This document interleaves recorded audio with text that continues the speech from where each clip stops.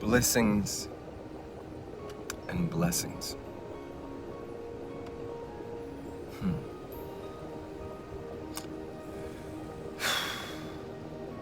So I've noticed something that has shown up in my space over the last couple weeks, but particularly today. And I had a little laugh at the wounded ego. And shifted some things. However, I thought it would be apropos. I thought it would be a good idea to share what I noticed, what came up, and how/why I decided to navigate my way out of it. Now, the thought that I've been noticing is one of scarcity, one of lack and limitation, one of not enoughness, one of when I get there, then I'll be. And this, when I get there, when I make this, when I land here, when I meet that person, when I fill in the blank, that way of thinking makes all of us slaves to that thing. And it assumes that when we get there, that there'll somehow be the gates of heaven will open up and everything will be perfect and we'll finally feel good enough, smart enough, pretty enough, worthy enough of God's love or your partner's love or whatever name you have on the other side of that. And the reality is it's not true. However, I'm just sitting here and essentially an $80,000 car. I'm not gonna say what's in my account, but I have enough money, more than enough. And I started to think thoughts of lack and limitation. I noticed this sort of like not enoughness and this like you're not there yet and everybody else has and then I began to track backwards, right? Because this is what we teach in Stretch 22 and Man Cave and Bridge and all of these things. I teach people to catch and release, right? And so I sat in the question of like, okay, so this doesn't feel good. This scarcity, this lack and limitation, this not enoughness thought, this comparison, which was really what it is, I'll get to that in a second, doesn't feel good. What have you been watching, listening to, hanging around that would have you in this mindset? Because we become what we spend the most time consuming and being with. And so I remembered that earlier this morning, a Grant Cardone video came on Goalcast where he was basically explaining, I've seen this video before and it got me pumped up last time, and this time it got me, I went another way. And this time, the video was basically saying if you're a millionaire, you're a deadbeat. That's literally how the video starts. If you're a millionaire, you're a deadbeat. And he does the math and basically explains that by 52, if you're 27, by 52, you would only be making $4,000 a month by 52 before you, like it all went away or something like that. The content of the video matters, but it doesn't matter. What matters is the way that I perceived that, how I held that was, oh, all these people. And here's the like the catch, right? Because a lot of times we don't know that there is someone or someones with an S that we are comparing ourselves to that is causing most of the suffering.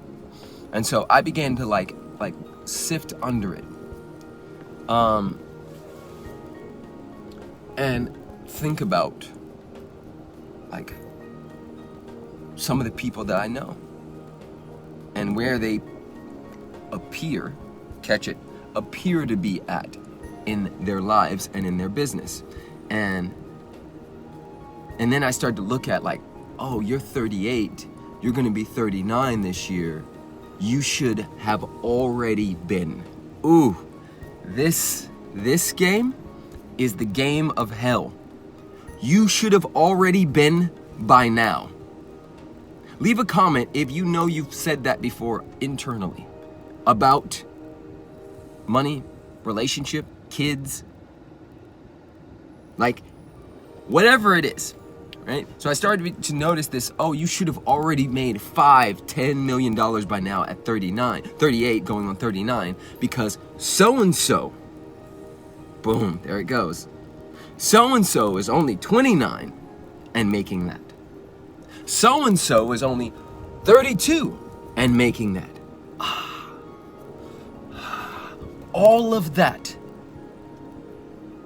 takes me out of my genius and into scarcity, lack, and limitation. And we cannot have what we want, but we may experience what we have. And so what do I get in that moment? What do I get? Lack and limitation.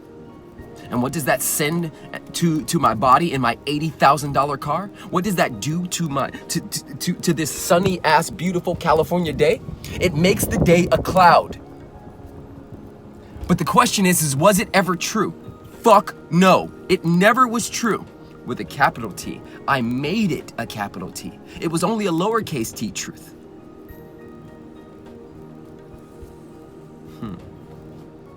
Now, here's what makes me awesome in my opinion.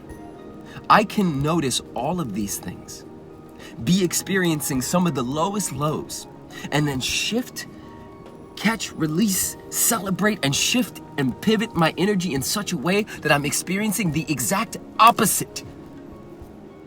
And none of it has to do with the car or the money or the stuff that's in my account or who's in my corner, and everything to do with the fact